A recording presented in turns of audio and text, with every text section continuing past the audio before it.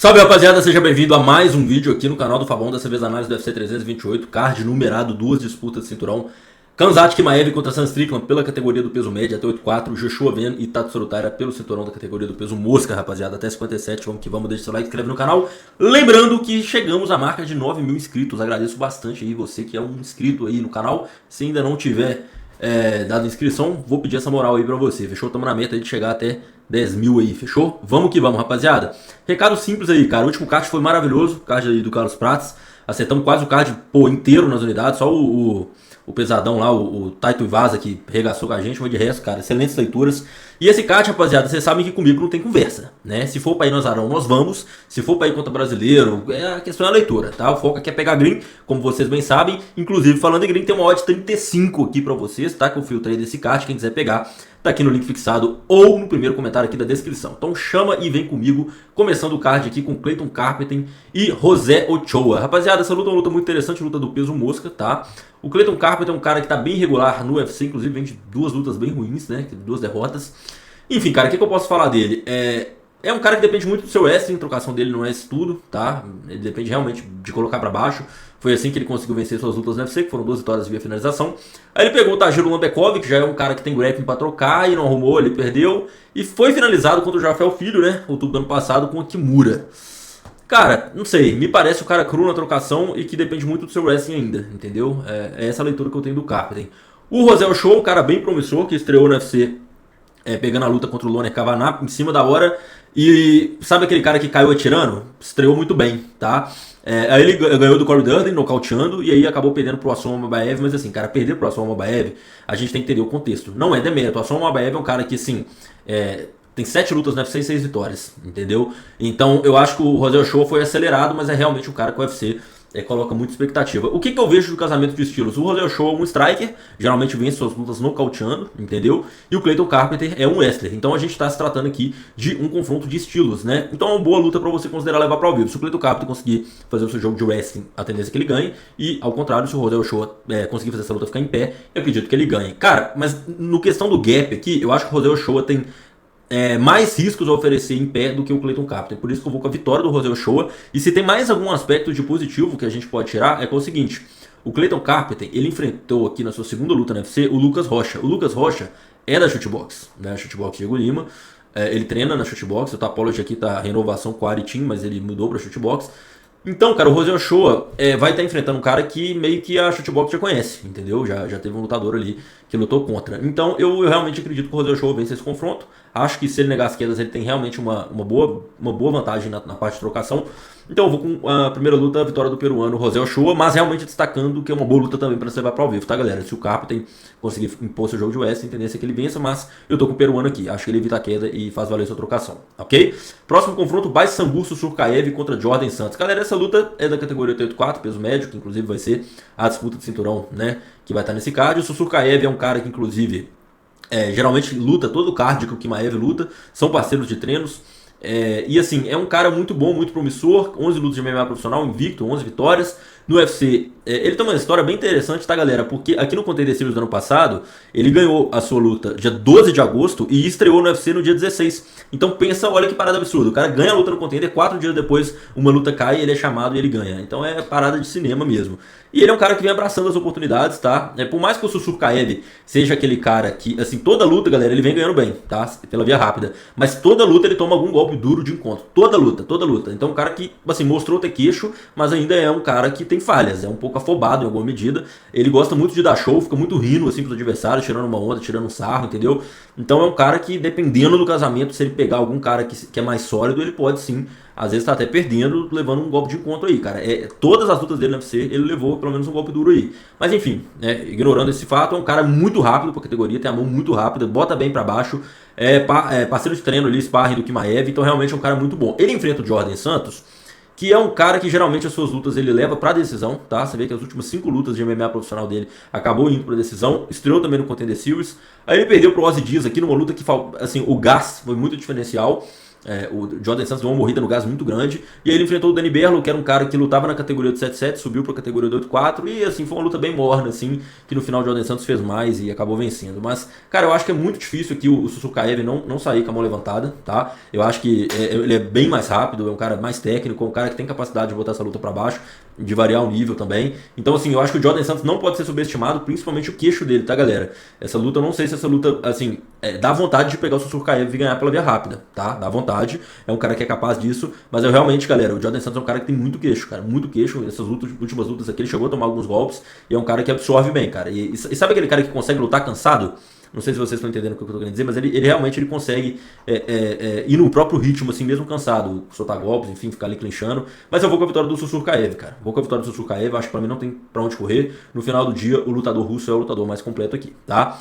William Gomis contra Pat Sabatini é a nossa próxima luta, galera. Lembrando, deixa seu like, se inscreve no canal. Tamo aí, galera, com força máxima, sequência muito boa, o último card foi incrível e esse vai ser também, fechou? Pat Sabatini contra o William Gomis, cara. Igual eu falei do Cleito Carter contra o Rosel Show na primeira luta, eu volto a trazer esse mesmo elemento pra essa luta, porque o Pat Sabatini é um cara completamente dependente do wrestling, tá? Se você for ver seu cartaz de MMA profissional, são 13 vitórias pela finalização e uma por nocaute. Então, não tem muito o que falar, cara. O jogo dele é botar pra baixo. O William Gomis já é mais o contrário, né? Ele vence suas lutas geralmente por nocaute, então tem a predileção pela parte de strike. Cara, o Pat Sabatini, ele vem talvez da sua melhor performance no UFC, onde ele ganhou do Chef Mariscal, tá? Chef Mariscal era um cara que vinha de 5 vitórias seguidas, galera, aqui, ó. Ganhou do Ricardo Ramos, Demon Jackson, Morgan Charrier, Jack Jenkins e Trevor Peek, e acabou perdendo pro Sabatini. Então, galera, o Sabatini realmente ele vem introduzindo esse jogo de wrestling muito firme aqui. O que eu destaco? Vem fazendo lutas de grappling também, né? Não somente lutando MMA, o Pat Sabatini. Cara, o Pat Sabatini é um cara que tá num crescente muito grande, mas pegar o Gomis eu não sei se é o melhor casamento pra ele. Por quê? O Gomis é um cara que tem 6 lutas no UFC e 5 vitórias. E assim, é aquele cara que é carne de pescoço. Faz tudo muito bem feito, feijão com arroz muito bem feito. Se for pra trocar, ele troca. Se for pra ir pro chão, ele vai, entendeu? Então eu sinto que o William Gomis é um cara que é um lutador melhor, no sentido de que é um cara mais equilibrado. O Pat Sabatini é ainda um cara muito dependente do seu wrestling.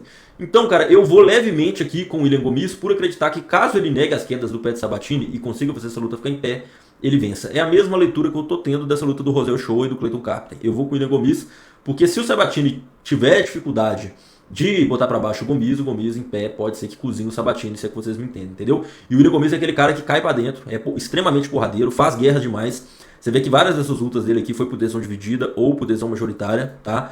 E então eu vou com o William Gomis, mas é uma luta muito, muito pouco confiável, tá, galera? É uma luta que pode, assim, pender pra um lado tranquilamente.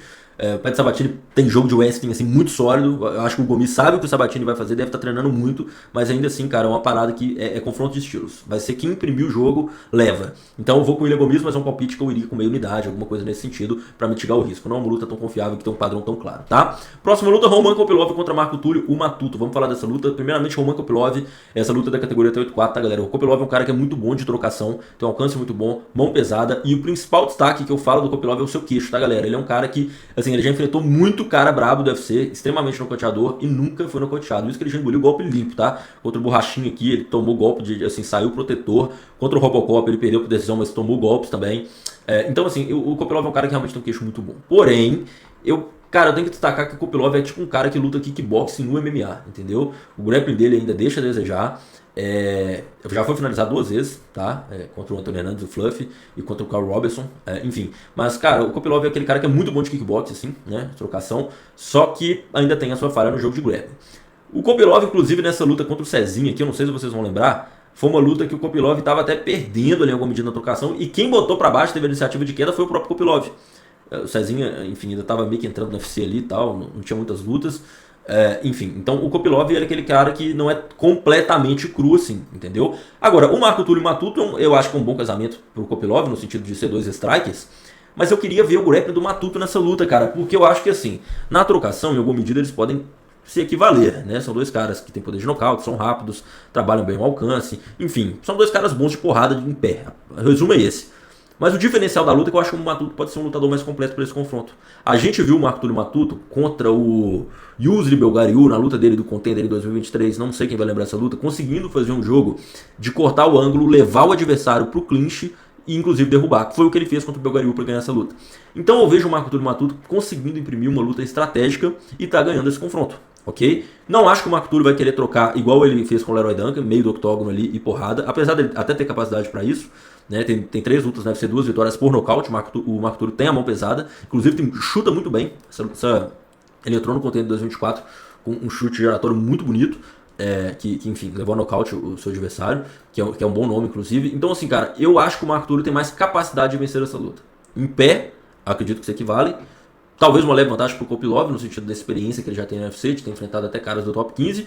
Porém, cara, o Matuto, se ele botar pra baixo, eu acho que essa luta é dele. Então, realmente, eu vou esperar que o Marco Túlio, junto com a equipe ali da Shootbox Diego Lima, traça essa estratégia aí. E, cara, se ele fizer a mesma estratégia que ele ganhou do Yusuf Belgariu nessa luta, gosto bastante, cara. Gosto bastante do Matuto pra vencer aqui, tá? Então, eu iria com o Marco Túlio Matuto.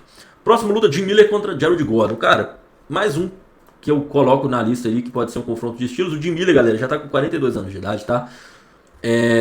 Assim, não tá muito lento, muito devagar, muito previsível. A idade chega pra todos, não tem nem muito o que ficar falando.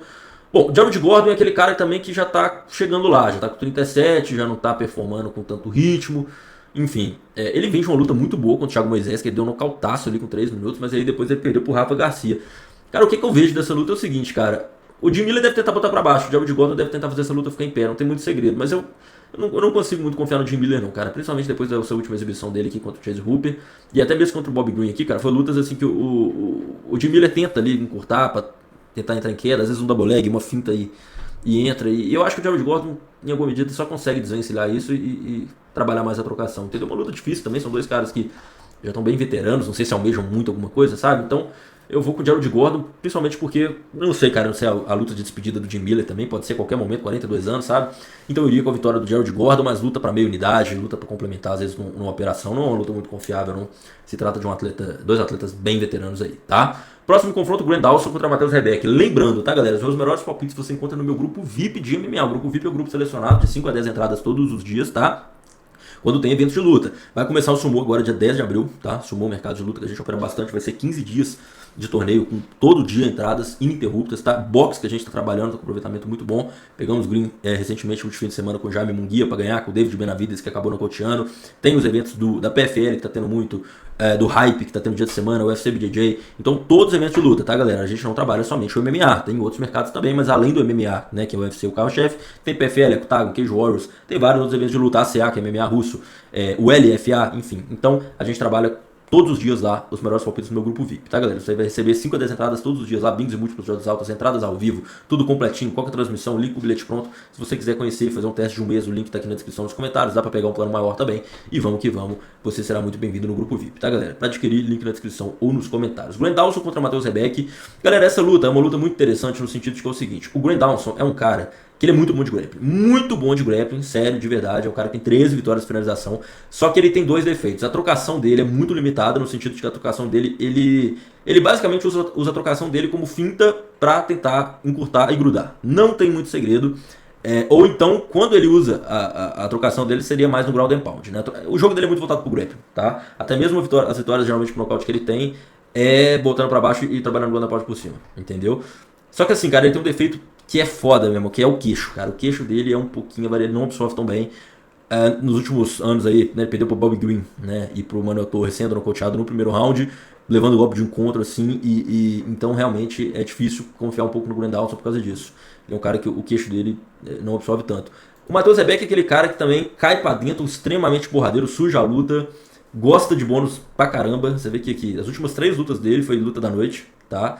É um cara que toda luta ele sai extremamente cortado, é muito atingido, entendeu? Só que tem um problema, cara, dessa luta, que é o seguinte. O casamento, o Grant Dawson vai tentar fazer essa luta botar pra baixo, vai tentar colocar pra baixo, possivelmente. O Matheus Rebeck tem um grappling decente.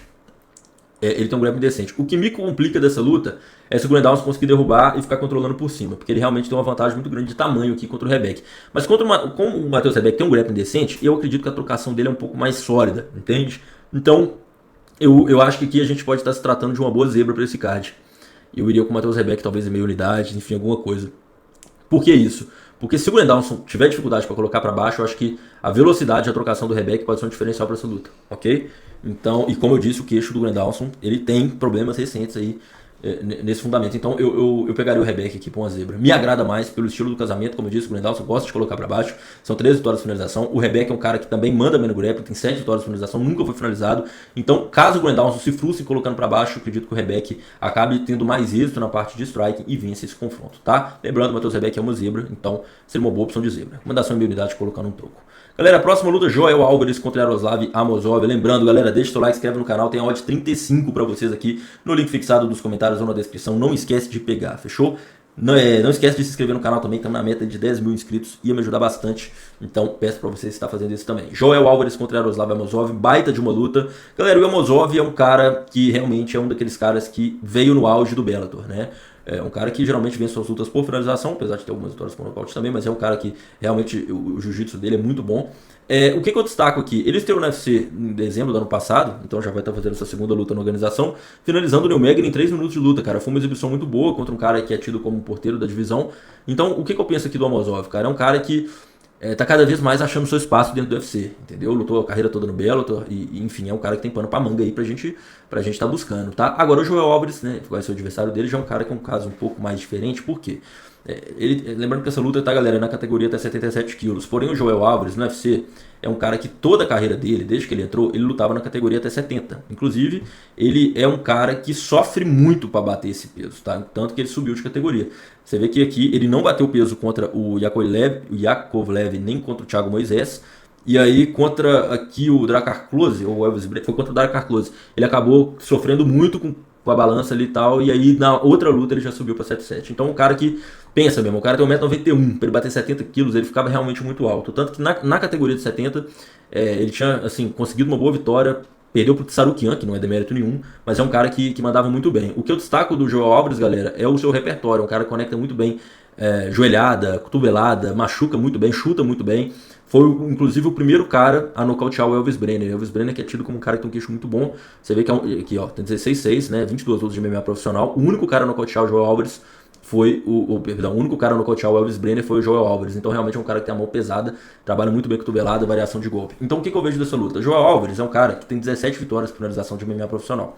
Então, por aí você tira o grappling do cara. O Amosov é um cara que geralmente finaliza suas lutas. Joel Álvares tem uma vantagem considerável aqui de altura barra envergadura. Então, velho, vai ser o primeiro teste de fogo do Amosov assim contra um cara que tem uma noção boa de grappling, entende?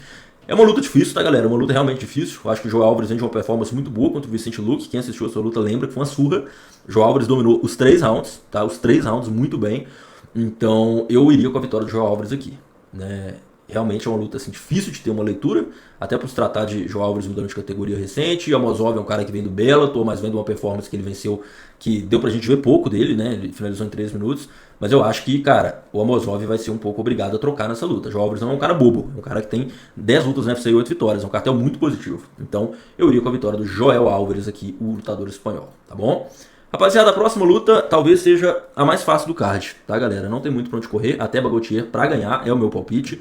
A odd tá muito baixa, tá? Mas aí a gente acaba tendo que pegar a vitória pro nocaute. Cara, até Bagotier talvez seja aí o melhor cara com o maior arco de evolução aí dessa categoria até 8-4. Se trata de uma aberração fisicamente, 1,93m para 2,6 de envergadura.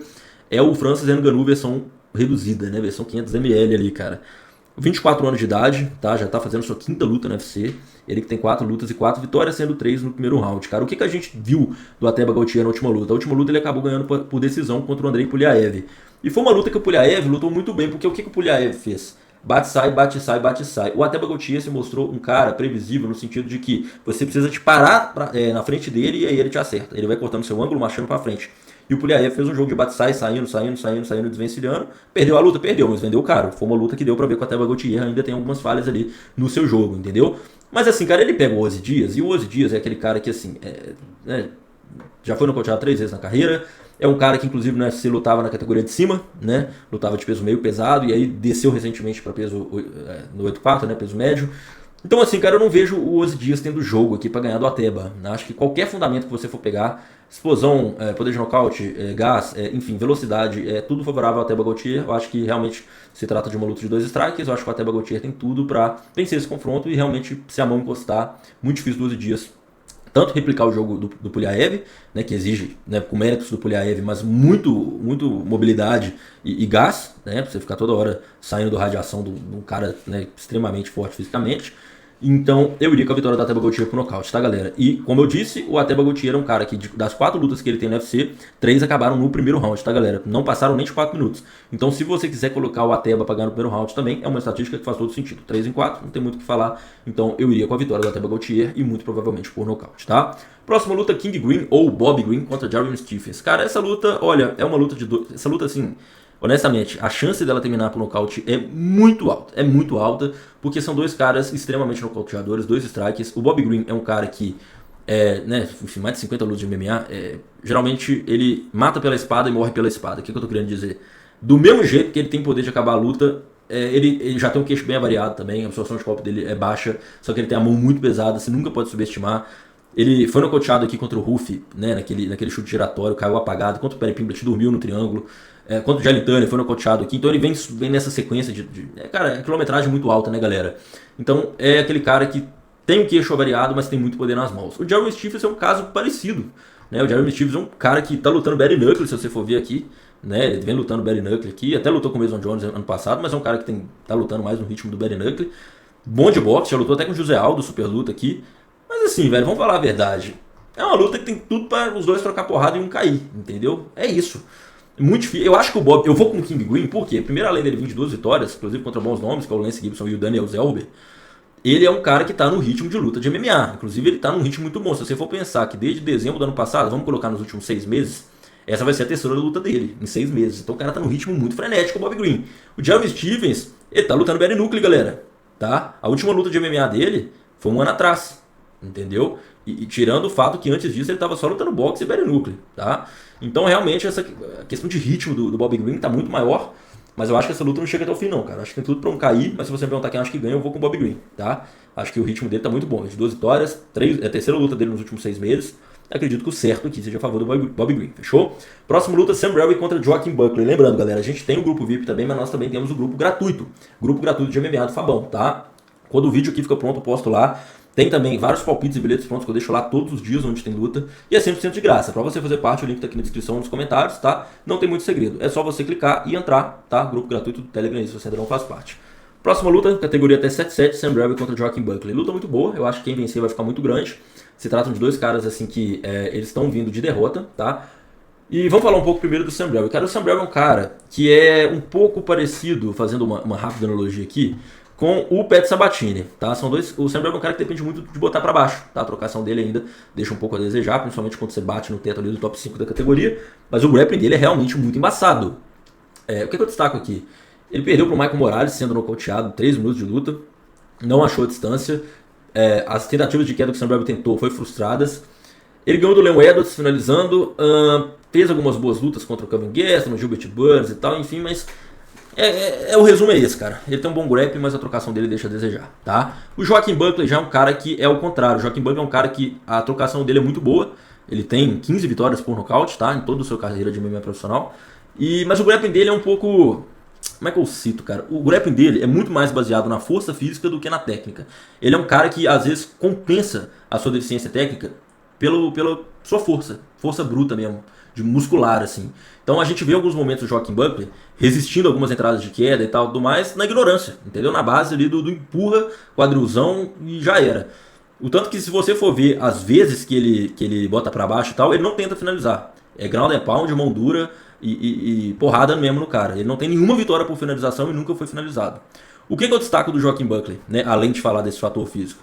Tudo depende de como o Joaquin Buckley vai reagir às investidas de queda do Sam Rowley. Por exemplo, contra o Colby Covington, que é um cara que tem um bom wrestling, o Joaquin Buckley conseguiu negar e meter muita porrada. Inclusive foi um nocaute no terceiro round, que abriu um corte que o médico parou, essa luta contra o Colby Covington. Porém, contra o Kamaru Usman, foi uma luta que o Kamaru deu um show de wrestling. Fez o que quis com o Buckley. Mas aí já é um cara que tem força para trocar e é muito mais técnico. Esse que é o problema do Buckley, entendeu? O fiel da balança que é o seguinte: será que o Joaquin Buckley vai resistir às investidas de queda do Sam Rowley? Porque se sim, a trocação do Buckley é melhor. E aí a chance até de nocautear existe aqui, ela é real. Eu iria com a vitória do Joaquin Buckley, acreditando que se o Buckley nega as quedas, ele vence. Destaco que é uma boa oportunidade para você pegar para ao vivo, por se tratar de um confronto de estilos. Se o Bradley conseguir ter mais êxito no grappling, tendência é que ele vença. Se o Buckley conseguir fazer essa luta ficar em pé, tendência é que ele vença. Mas a minha opinião pessoal é que o Joaquim Buckley tem um casamento melhor aí pra ganhar esse confronto. Acho que ele negando as quedas, ele sabe o que o Samuel vai fazer. Se trata de um gap aí na parte de trocação. O Joaquim Buckley aí tem mais credencial pra estar ganhando. Fechou? Próxima luta, Valdo Cortez Acosta contra Alexander Volkov. Cara, essa luta, eu posso estar, às vezes, até surpreendendo um pouco de vocês, né? Que é o seguinte, cara, eu vou com o Valdo Cortez Acosta, tá? O Alexander Volkov é um cara muito duro, tá? Muito duro. Vem de boas performances, inclusive essa luta contra o Cyril Gane aqui, que ele perdeu, na minha visão, ele ganhou essa luta. Eu acho que os juízes erraram na minha leitura, tá? É um cara que é muito alto pra divisão, tem mais de 2 metros de altura, tá? Vem de boas lutas, inclusive contra o Pavlovich, né, que assim, ficou só no jab ali. Então, um cara que tem boas decisões, boas tomadas de decisões na luta, tem um poder nas mãos muito grande, além de ser um cara muito grande. Porém, ele vai enfrentar o Valdo Cortez Acosta, que é o Salsa Boy, que tem, na minha opinião, um dos melhores boxes aí do peso pesado. É um cara que mexe a cabeça muito bem. Qual que é o diferencial pra mim que eu falo que eu acho que define a luta assim? Primeiro, a velocidade. O Valdo Cortez Acosta é um cara que é rápido pra categoria do peso pesado, principalmente nas mãos. E é um cara que eu acho que ainda é muito subestimado pelo público do MMA, cara, porque ele é um cara que, inclusive, eu preciso de destacar isso aqui, tá, galera? O Valdo Cortez Acosta, ele fez 5 lutas no ano de 2025, tá? No ano passado, ele ganhou do Ryan Spann, do Spivak, acabou perdendo pro Pavlovich, é fato, e aí ganhou do Delid e do Shamil Gaziev. Então pensa, um cara peso pesado fazer 5 lutas, cara. A gente tem que tirar o chapéu, cara. Não é normal a gente ver isso. Inclusive, várias dessas lutas ele pegou em cima da hora. Então ele tá realmente sendo recompensado, estão colocando ele contra lutadores ali do top 10. E o Valdo é um cara que o boxe dele é fenomenal. Trocação, mexe muito bem a cabeça, rápido. E o que eu destaco que pode ser o diferencial dessa luta, sabe o que é, cara? É o Valdo colocar pra baixo, tá? O Valdo é um cara que vem do boxe, mas quando ele precisa colocar pra baixo, ele coloca, que foi o que ele fez contra o Robelis Despene. Essa luta tem de graça no YouTube, eu convido vocês a assistirem, que é o Valdo quedando o Robelis, tá? E o Robelis é um cara que, se você for ver, tem as stats, né, parecido com a do Volkov. Vou trazer aqui. O Robelis Despene tem 2 metros e 1 de altura. O Alexander Volkov tem 2 metros e 1 de altura. E o que a gente viu? O Valdo Cortez Acosta encurtando, cara. Encurtando. Ele não ficava na distância do Robelis. Quando o Robelis vinha, ele encurtava, dava um jeito de colocar o Robelis nas costas. E ou trocava soco no pocket ali na curta, ou tentava botar pra baixo. Então acho que o Valdo tem um bom QI de luta aí pra estar imprimindo essa estratégia. Ele tá com o Mazarão, eu acho que é uma boa opção de zebra aqui. Acho que o Valdo tem capacidade de ganhar essa luta, tanto levando ela pro pocket ali na curta, como também botando pra baixo, que foi algo que ele já fez. Essa luta tá de graça no YouTube, tá, galera? E assim, é claro que o Robelis nem se compara com o Volkov, né? O Volkov é um lutador de MMA muito mais completo, tanto que o Robelis nem tá no UFC mais. Mas é uma analogia no sentido de, são dois caras com alturas parecidas. O Volkov também tem muita deficiência de negar quedas, inclusive contra o Malhadinho aqui foi quedado, né? Então eu iria com a vitória do Valdo Cortez. Acho que se ele vencer essa luta ele vai ficar muito grande na organização. Como eu disse, eu acho que é um cara ainda subestimado pelo público de MMA, mas eu vou nessa leitura aí, beleza? Próximo confronto, o Tatsuro Taira contra Joshua Veno. Galera, já deixou seu like, já se inscreveu? Já entrou no grupo gratuito, na descrição? Não esquece do grupo VIP também. Deixa seu like, se inscreve no canal e tem uma odd 35 pra vocês aqui no link fixado ou na descrição. Não esquece, beleza? Joshua Veno contra Tatsuro Taira. Cara, Joshua Veno, né, vem ali. Lembrando que essa luta era pra ter acontecido antes, tá, galera? Essa luta era pra ter acontecido no dia 11 de abril. E aí o Joshua Veno parece que teve algum problema, enfim. E aí essa luta foi remanejada, por isso que vai estar acontecendo agora, tá? Então um mês depois. Bom, o Joshua Veno, né, vem dessa vitória contra o Pantoja em 20 segundos de luta, que o Pantoja acabou quebrando o braço ali, numa contra-queda ali, que ele acabou se apoiando mal. O Joshua Veno veio uma vitória muito boa contra o Brandon Royval antes disso, que foi uma luta que, na minha opinião, eu não entendi muito o Royval. O Royval não quis colocar pra baixo, quis tentar ser herói e trocar porrada. Não sei se estava procurando bônus, querendo se provar. Foi tipo aquela luta do Belal. O Belal ganhou todas essas lutas botando pra baixo e contra o Madalena ele quis trocar em pé, não deu muito pra entender. Enfim, o Joshua Veno é um cara que é muito bom, muito rápido, poder nas mãos. Enfim, o jab dele, inclusive, na minha opinião, é o melhor jab da categoria do Mosca. Parada absurda. Toda luta ele consegue entrar com jab contra todo mundo. Enfim, vendo uma sequência boa, um cara que luta muito também. Lutou 4 vezes no ano de 2025, no ano passado, tanto que foi recompensado pela disputa de cinturão. Mas honestamente, cara, eu acho que ele perderia pro Pantoja, tá? Se a luta se prosseguisse. Acho que é uma luta assim que, sei lá, né? Foi uma fatalidade, não dá muito pra gente considerar. Minha opinião é essa, tá? Ele enfrenta o Tatsuro Taira, que na minha opinião acho que não seja um bom casamento pro Joshua Veno, cara. Porque o Tatsuro Taira também troca bem, mas o grappling do Taira é uma parada assim assustadora, tá? Assustadora. E principalmente essa derrota que ele teve pro Royval, que foi uma decisão dividida. Foi uma luta que o Tatsuro Taira parece que evoluiu muito desde essa derrota, entendeu? O jogo de grappling dele ficou muito mais consistente. Ele pegou o Brandon Moreno, tirou pra nada, meu irmão. Acho que eu nunca vi, em todos esses tempos, assim, assistindo o Brandon Moreno, que são muitos, eu nunca vi o Brandon Moreno perder dessa forma, tá? Lembrando que o Breno Moreno, galera, é um cara que tem 35 lutas de MMA e nunca tinha sido nocauteado e nunca tinha sido finalizado. O Tatsurutara pegou e jambrolhou o Moreno, meu irmão. Então, assim, eu vejo o Tatsurutara com vantagem pelo casamento. Eu acho que enquanto o Joshua Veno é muito dependente ali do seu strike, eu acho que o Tatsurutara vem sendo mais completo aí. Então eu vou com o Tatsurutara, mas assim, máximo respeito pro Joshua Veno, cara. Máximo respeito. E se o Taira não conseguir colocar pra baixo, pode ser que complique essa luta. Essa luta é muito equilibrada, mas eu preciso te falar o que eu acho certo. Minha opinião é que o lutador japonês Tatsurutara tem, principalmente pelo seu jogo de grappling aí, um jogo melhor pra estar ganhando essa luta. Uma luta muito equilibrada, tá, galera? Inclusive os dois são muito jovens. Né, se você for pegar aqui, um tem 26 anos e o outro tem 24, então a gente já está se tratando de uma disputa de cinturão. Esses caras são realmente o futuro do peso mosca. Na verdade são presentes, né? Estão lutando na disputa de cinturão, mas enfim, quero ainda ver o Pantoja contra os dois. Galera, a próxima luta é Sam Strickland contra Khamzat Chimaev, cara. Essa luta é uma luta muito interessante aí, por se tratar acho que é um estilo aí que a gente realmente agora vai ver o que vai acontecer, qual que é o nível do Chimaev, cara. Por que eu falo isso, tá? Galera, só antes da gente fazer a análise, né? Vou deixar o recado do grupo gratuito, se você ainda não faz parte, o link está na descrição, tá? Tem a Odd 35 que está aqui no link fixado ou nos comentários, não esquece de pegar. E tem o nosso grupo VIP, tá, galera? A gente vem com um último card maravilhoso. Nas unidades a gente errou uma luta, que foi Taito Iwasa. Então, assim, foi 7 greens e 1 red unidades. Fora a gente acertou 2 odd 3, enfim. Quase pegamos uma outra odd 8. Então, 2 unidades no Carlos Prates, entendeu? Uma odd 1.88. A gente vai ter 2 unidades, entendeu?